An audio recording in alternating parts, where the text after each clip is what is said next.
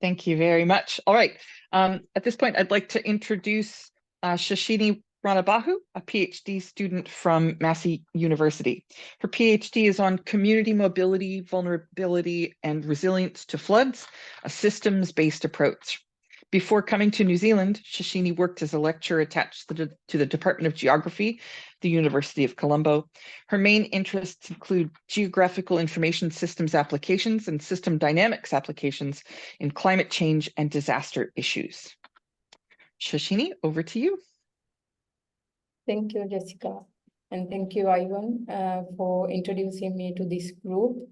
And I'm really a very new one to the systems engineering. I don't know if I can call it engineering, but anyhow, I'm taking a system approach, and I should tell you a little about myself other than what you mentioned. So when I start system dynamics, I didn't know any, and I haven't learned system dynamics. So my background is geography, and then I did geoinformatics, a master. And then when it comes to the PhD, I thought like I would learn something new in my PhD. So I thought like I would go for system thinking, because in geography also we talks a lot of about systems. So, and my main supervisor, John Lowry, he is the one who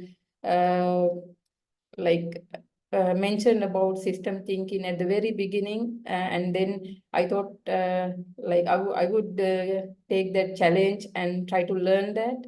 But it is really, really hard. But I'm lucky that I met. Then what happened was both my supervisor and I took a course from Venzim.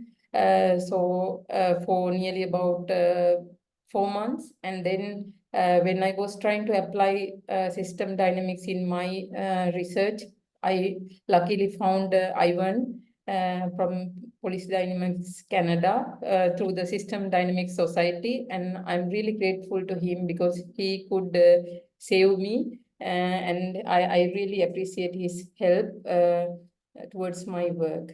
So I would share my screen.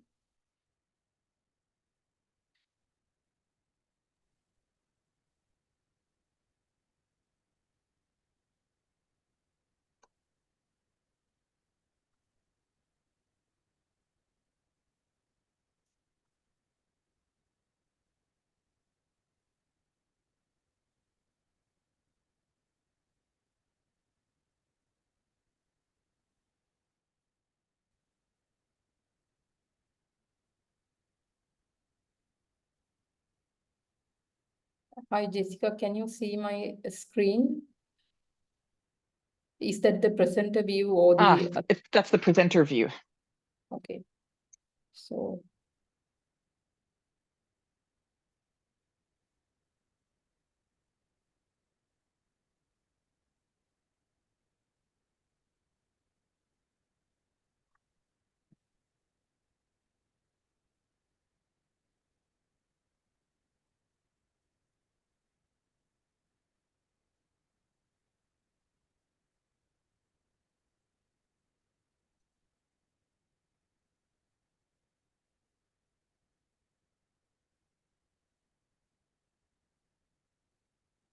There you go.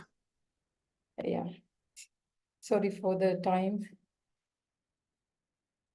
So, hello, everyone. Today, I'm going to talk about dynamics of resilience to floods of community mobility system. The reason for talking about dynamics of resilience is to demonstrate how the system thinking can be used to guide for building back better after a flood disaster.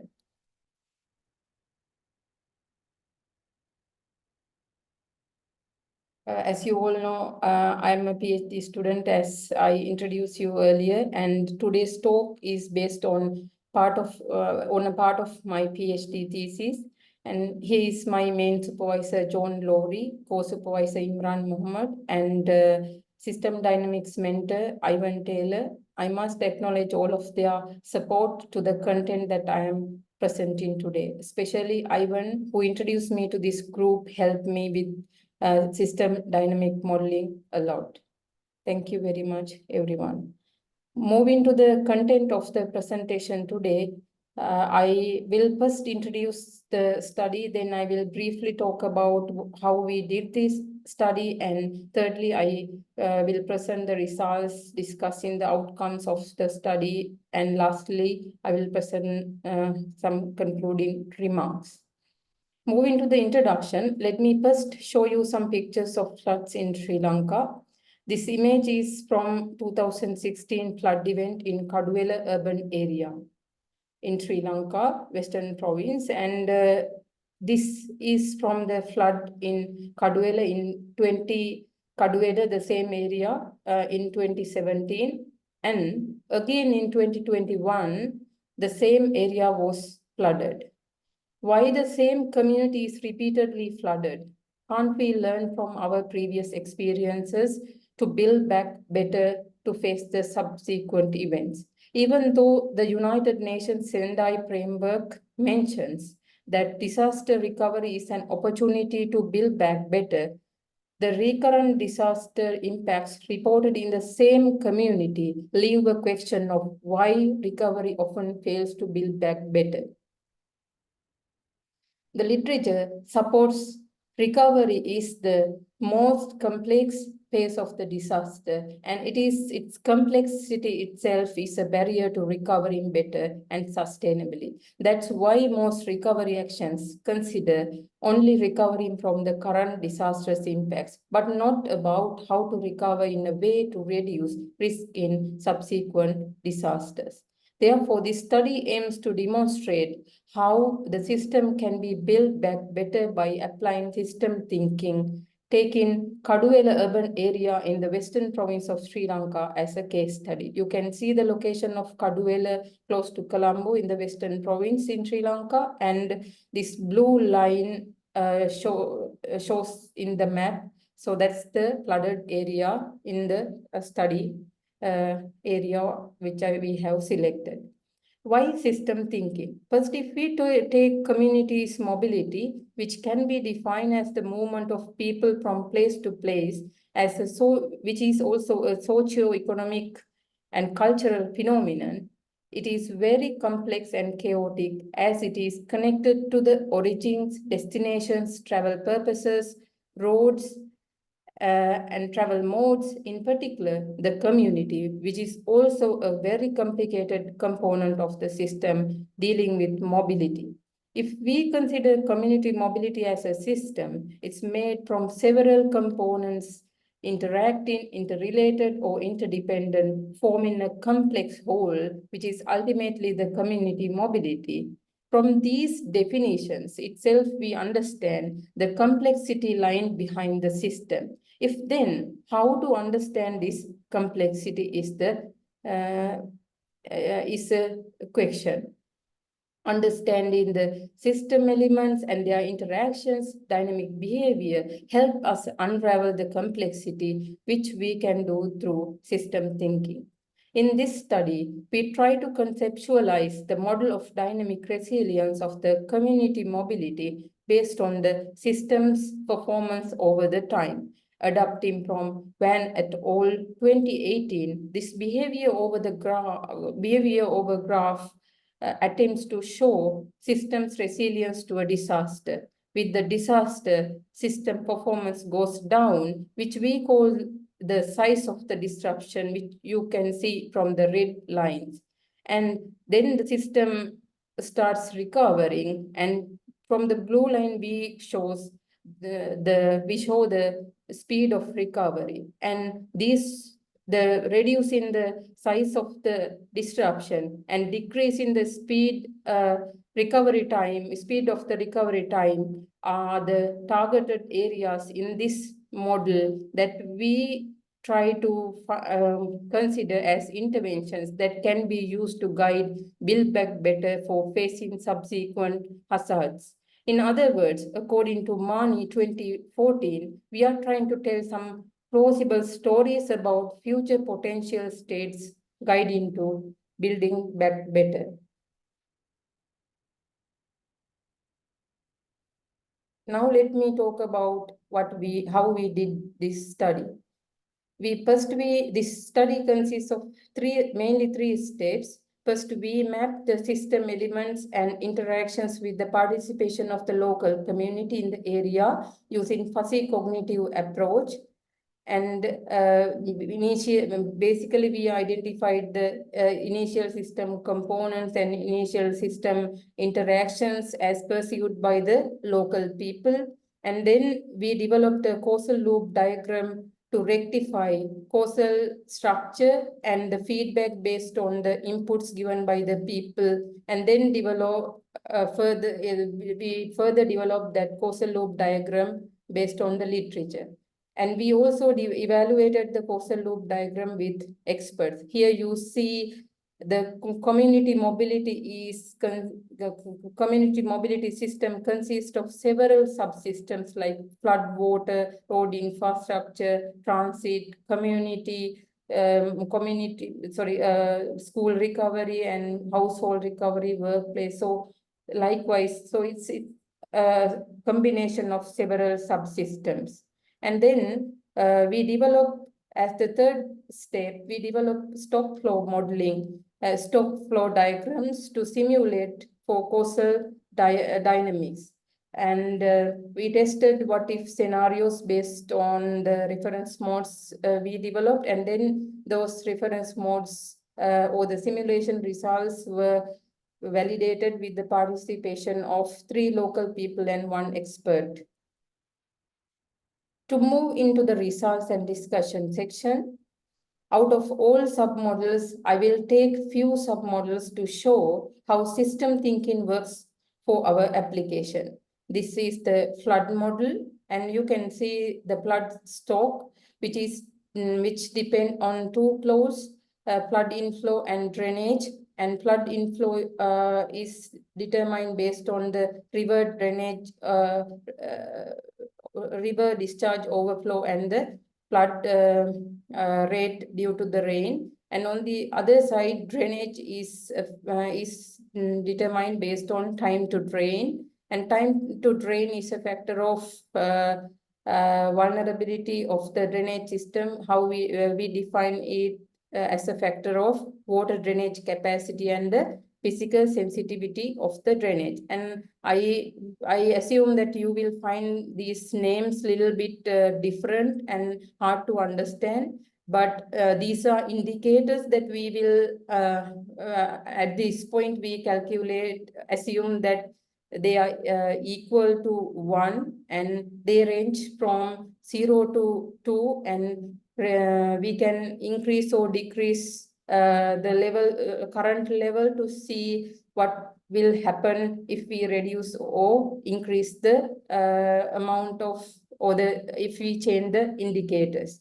And when we run this model, this is the simulation graph, and of the flood submodel, we can see the flood level for 30-day period. And there are 3 scenarios. The baseline scenario represents the flood level in 2016. So we can see from the green line, and scenario 1 refers when the water drainage capacity is increased by 25%, and the physical sensitivity of drainage is increased by 25%. The scenario 2 represents what happens if rain rate goes up to 300 millimeter per day. Now currently it's 200 millimeter, and the water drainage capacity is increased by 25%.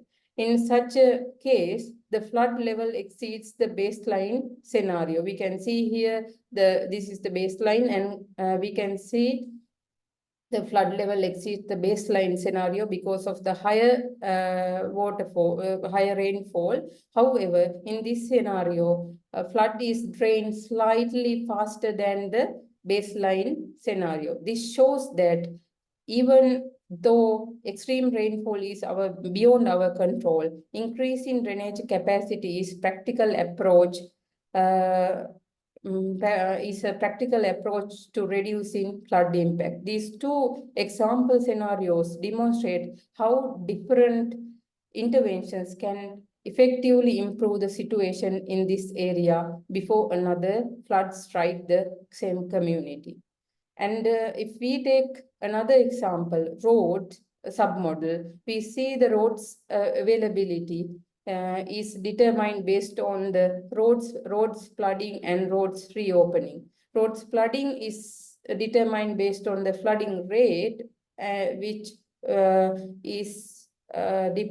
depend on susceptibility of roads, and also roads reopening depends on time to reopen road, which is a factor of road infrastructure, sensitivity to disruption, and also the capacity to recover the roads. So when we simulate this model, we get a line graph, behavior over time graph like this.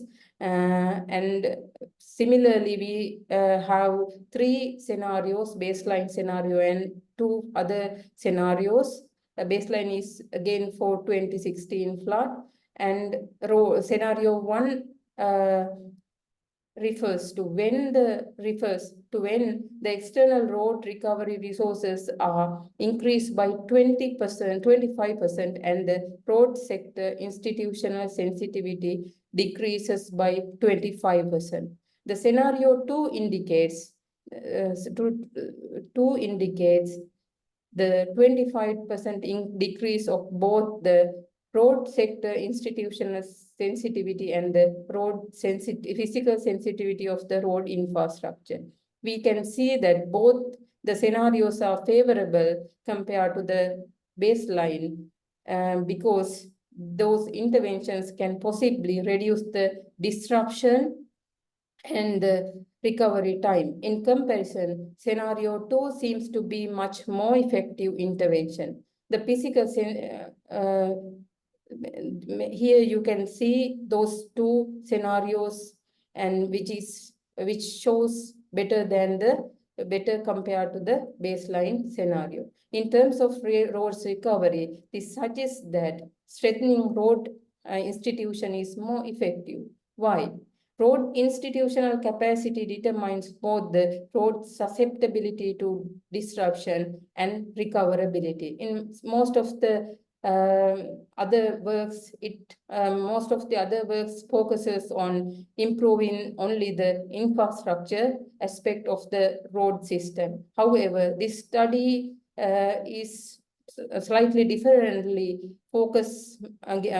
try to emphasize the strengthening of the road institution, because giving funds to the institutions and improving the technology and the human resources in that particular organization can take care of can ensure the road's susceptibility to disruption and also the recoverability. That means the resources that they can apply or implement. And moving to the community mobility, this model describes how communities' mobility for school, work, and other trips is linked to the submodels. If we take the work trips, here you can see the work trips and the other trips and the school trips, and I will take the work trips for now to explain. The work trips are estimated by combining impact functions and fractions of the contributing stocks like roads, workplaces, people, transit services. Here the model uses multiplier variable to link impacts and fractions in two scenarios when the stock is present or absent. And this multiplier variable is used to indicate the effect of a linked variable, for example, the fraction of roads available on the trip types. The people at home multiplier on work represent the combined effects of people becoming available at home and the impact of people at home on work trips. So this multiplier links these two into the work trips. So this is how the community mobility model was modeled. And when we run the same flood scenarios, which I discussed previously, we can see how the changes that we did for the flood model affects the final community mobility in that area. This is the left-hand side line graph shows the trend of the work trips, and we can see compared to the baseline how those changes impact the community mobility and other trips. And also we did the same scenarios for roads, and then we try to see how that impact on the community mobility. So that means we understand what we do to one component of the system that affects the whole system. So we could demonstrate that ability from applying system thinking to this. And also we did the sensitivity analysis to identify which interventions are more sensitive to the change of the system. Just ignore the numbers and little bars if they annoy you, but they say which one is more sensitive to the change so that they can use, so that we can use them for identifying priorities. The sensitivity analysis compare the values at baseline at time 0 and time 15, that means day 15. And the variables change in this analysis include both increases and decreases of the variables, including sensitivity and capacity of recovery that preliminary determine the vulnerability. For example, if we take the household physical sensitivity, we change that desirably and undesirably in 25%.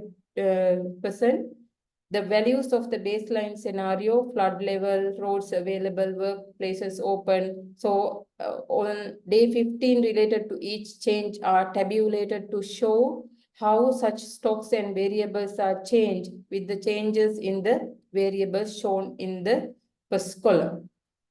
And according to the sensitivity analysis, we found out decreases in the roads institutional sensitivity, household economic sensitivity, and improvement of drainage capacity are the most sensitive variables that determine work trips. An increase in household socioeconomic sensitivity lowers the number of other trips the most compared with the other factors. And the in terms of school trips are more sensitive to decreases in drainage capacity. When reflecting on the system thinking we use for guiding Build Back Better, we can see system thinking helps us to do this by mainly allowing us to model the system components, interactions, and feedbacks, and then allowing us to test how one change to the system affect the overall system, and also by allowing us to analyze the consequences of their interventions before implementing. Since we tried several scenarios, like those are plausible scenarios, but we can develop scenarios based on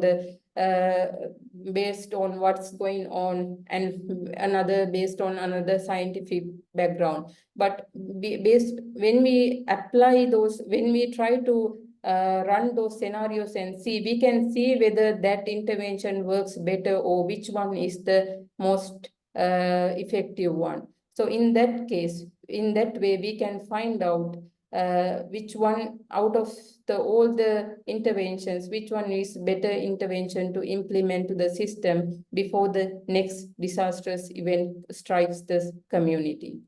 In conclusion, we recommend system thinking as a tool because in conclusion, we develop systems dynamics model of resilience of community mobility to floods, and then we tested scenarios to demonstrate how to guide Build Back Better, and finally we did a sensitivity analysis to identify most sensitive changes to the system. And overall, we recommend system thinking as a tool for guiding Build Back Better because of its usability, and as we discussed previously. Thank you very much for your time, and please let me know if you have any questions. Thank you, Shashini. That was awesome. I know that at least one person, while they were listening, had the same question that I had. So Rick, I'll let you ask your question real time.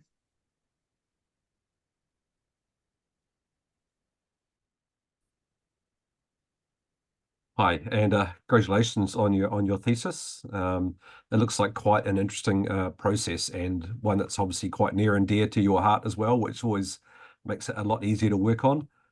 So the question was really, have you or could you apply your model to other similar scenarios? And the one I was thinking of was close to home as well, with Cyclone Gabrielle last year in New Zealand. Yeah. Thank you very much for your question.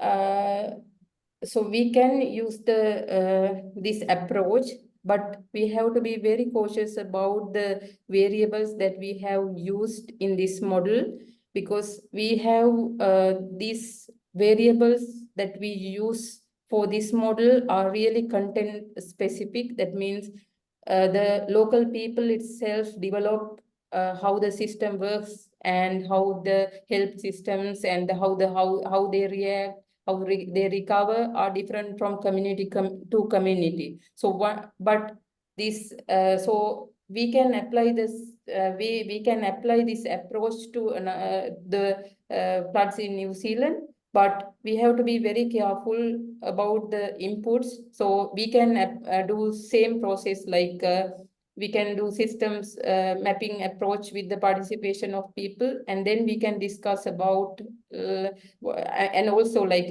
I mean, here I developed the reference modes but validated later with the people, and but on the other way around, people can develop the reference modes from the system mapping during the system mapping workshops, and we can develop the model based on this. And I must say that this model is really flexible, so we can change the variables in a way that we can accompany many other variables, and there is more room to improve this model in a way how it can be applicable to another context. Thank you. Great question and good answer, Shashini. I'm keen to hear from others, but drawing on the same thread, how, I wonder if you might comment. You said that the model that you used for this work was specific to the areas that you were looking at, and that the variables that are in the model that are used to sort of characterize what's unique about a given geography will be different, and you might use different values for variables. You might use different variables to characterize some of that resilience sensitivity. But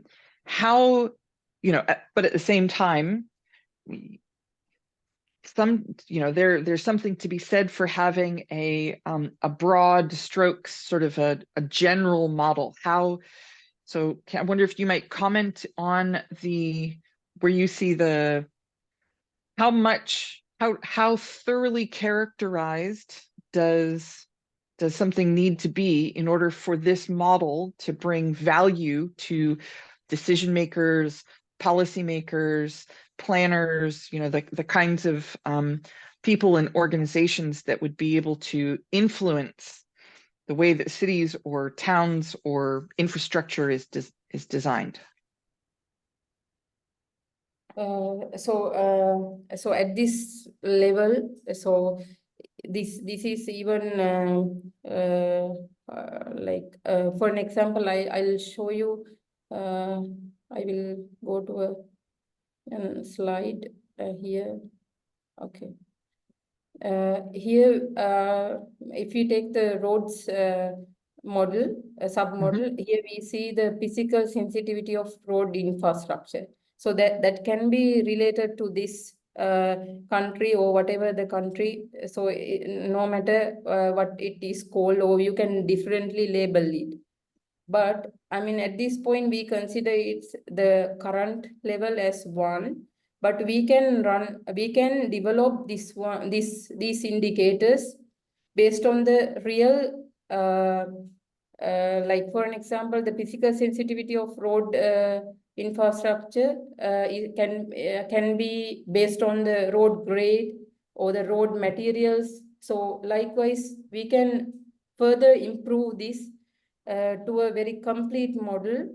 But in this paper, we did not do that because of the unavailability of data at that level in Sri Lanka. But I'm sure in New Zealand, data should be available in a way how we can use the same model with the improvement of the indicators. So the only one thing left for this model to go to the implementation level or the decision-making level is that, so at this point, we consider the current level of sensitivity is equal to 1, but we can calculate the real sensitivity based on the available data. But I mean, here I couldn't do that because of the unavailability of data.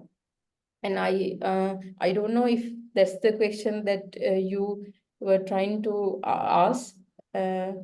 Yes, But that was my question. I was just really long-winded and used too many words to ask it, as I tend to do.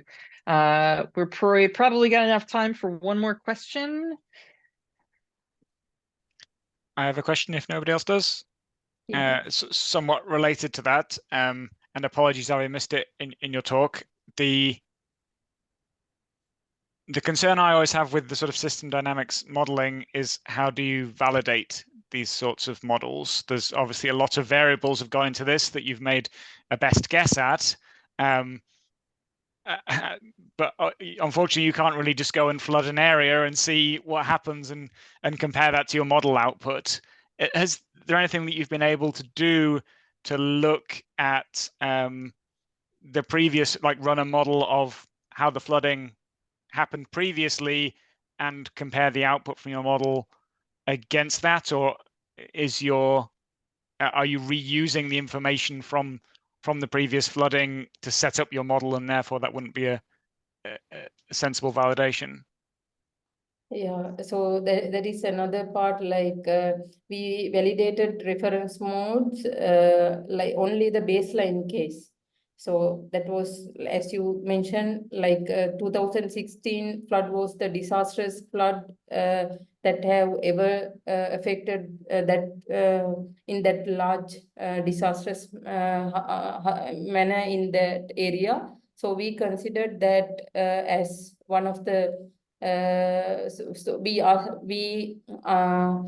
the people. People means the knowledgeable people who participated in the workshops, and also the administrative officers who supply data to the government about the flood and the number of victims and all those, like administrative level, and also one expert attended to the workshop of validating the reference modes that I developed based on the input from people and also from the interviews. So that's the only validation that I could do at this point, but I am not sure how we can validate at this point. I have to think about how to validate the scenarios, because even the scenarios that we used here are plausible ones or the based on assumptions, but we also can develop, if we go to the implementation level, we can think about developing these scenarios based on a scientific base. So in that case, we have to think about how to validate furthermore. I don't know if Ivan can help me with that. Yeah, I did help Shashini validate the model. Basically, the way we did it was we obtained what Shashini's calling reference modes, which are basically the behavior over time that the community members believed had occurred.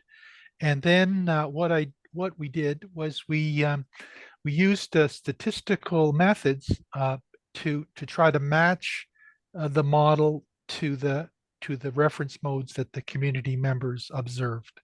And so what we did is we tried to find the parameters that would give us a good match to this information we got from the community members. I do that in all of my work. I try to statistically gauge the parameters so that they match the historical pattern before I look into using the model for projecting into the future. Great, thank you.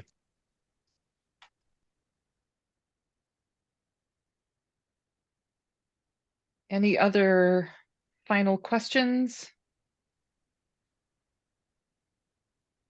If not, we will thank Shashini for her presentation. Really, really pleased to have you deliver this to us this evening morning middle of the night. And Ivan, thank you very much. And Ken, if he's still around, yeah, thank you very much as representatives from the Resilient Systems Working Group for helping to connect our chapter members with some of the excellent work that is happening in your sphere of influence. I've got one final set of comments, and we'll see if I can do this without having too many. Can you see this sort of slide? So the team, the committee has elected to take to pass on having a presentation in the month of June. Our next one will be either sometime in July or August of 2024. We'll be lining up speakers. We'll give you more than a week's time this time, I promise.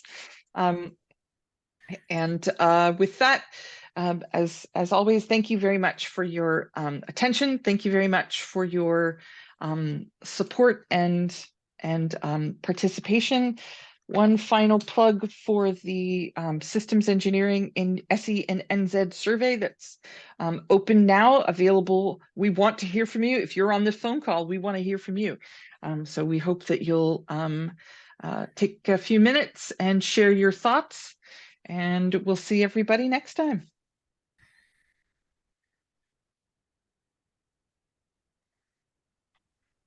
Thank you. We thank you, Jess.